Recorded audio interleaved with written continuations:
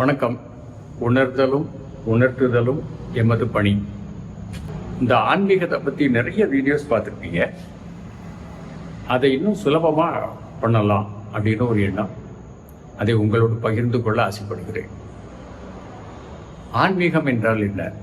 அது இரண்டு வார்த்தைகள் சேர்ந்தது. ஆன்மா கூட்டல் ஈகம். ஆன்மா இந்த உலகத்திற்கு வந்திருக்கிறது, ஈக உலகத்திற்கு வந்திருக்கிறது. இதுதான் ஆன்மீகம். அப்போ ஆன்மா இதுக்கு முன்னாடி எப்போ எங்க இருந்தது? ஆன்மா அகத்துல இருந்தது. சரி, இப்ப ஈகத்துக்கு வந்துட்டு என்ன செய்யணும்? அது திரும்பவும் அகத்துக்குள்ள போகணும். அங்கிருந்து பரம் வசம் ஆக வேண்டும். பரவசம்னு கேள்விப்பட்டிருக்கீங்களா? அதுவும் ரெண்டு வார்த்தை, ரெண்டா பிரிச்சா பரம் கூட்டல் வசம். நம்மளுடைய ஆன்மா இறைவன் வசமாகும் பொழுது அது பரவசப்படுகிறது, பரவசமாக மாறுது. சரி, இப்போ நான் ஆன்மாதாங்கிறத எப்படி உணர்றது? ஒரு சின்ன எக்ஸ்பெரிமெண்ட் செய்யலாம்.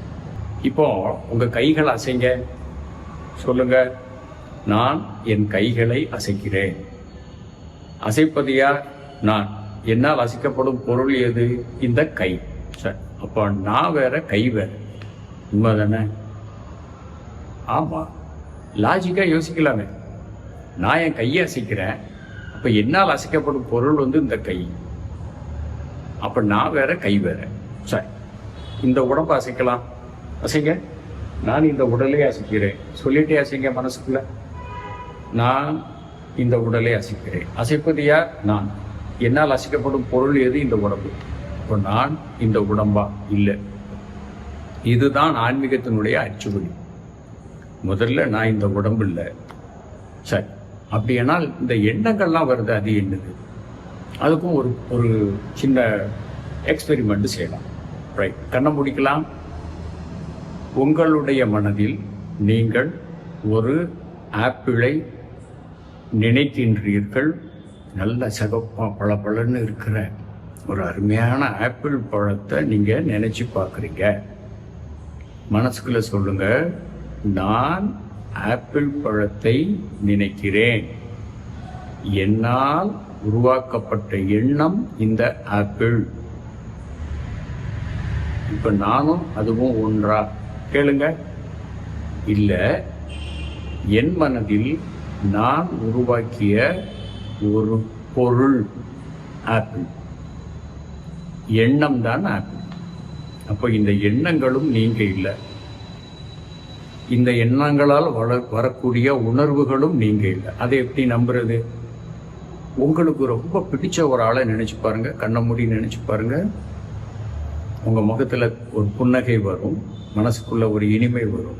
இப்போ நீங்க ஒருத்தரை பற்றிய எண்ணத்தை உங்கள் மனதில் உருவாக்கினீர்கள். உங்களால் உருவாக்கப்பட்ட எண்ணம் தான் அந்த ஆள். அவரை நினைச்ச உடனே உங்க மனசுல ஒரு இனிமையான ஒரு உணர்வு வருது. அப்போ ஒருத்தரை பத்தி நினைத்து பார்க்கிறோம், எண்ணி பார்க்கிறோம். அதனால வரக்கூடிய உணர்வு இந்த மகிழ்ச்சி. இதே போல நமக்கு வேண்டாத, பிடிக்காத, நமக்கு ரொம்ப இடைஞ்சல் பண்ற ஒரு ஆளை நினைச்சு பார்த்தோன்னு வச்சுக்கோங்க. இப்போ நமக்கு என்ன வரும்? நினைச்சு பார்ப்போம். பார்த்த உடனே நமக்கு ஒரு கோபம், வெறுப்பு, எரிச்சல் வரும். ஸோ ஒரு எண்ணத்தை உருவாக்குறது நாம். அதனால் வரக்கூடிய விளைவு இந்த உணர்வு. அப்போ ஆன்மீகம்னா என்ன? ஆன்மா இந்த உலகத்திற்கு வந்திருக்கிறது. அது இந்த உடலை பயன்படுத்தி இந்த உலகத்தில், இந்த மெட்டீரியலிஸ்டிக் வேர்ல்டு அப்படின்னா கண்ணுக்கு தெரிகிற இந்த உலகத்துல அது வேலை செய்யணும். தான் இங்க வந்த காரியத்தை நிறைவேற்றணும். அதுக்கு ஒரு வாகனம் தேவைப்படுது, ஒரு இன்ஸ்ட்ருமெண்ட் தேவைப்படுது, ஒரு கருவி தேவைப்படுது. அதுதான் இந்த உடல். இதே போல நம்மளுடைய எண்ணங்களும் உணர்வுகளும் மிக மிக நுண்ணிய கருவிகள். அவ்வளவுதான். அப்படியானால் நான் யார்? இதுதான் ஆன்மீகம். ஆன்மா அகத்திலிருந்து புறத்திற்கு வந்திருக்கிறது. அது திரும்ப எங்க போகணும்? அகத்துக்குள்ள போகணும். அங்கிருந்து பரம் வசம் ஆக வேண்டும். பரம் கூட்டல் வசம், பரவசமாக வேண்டும்.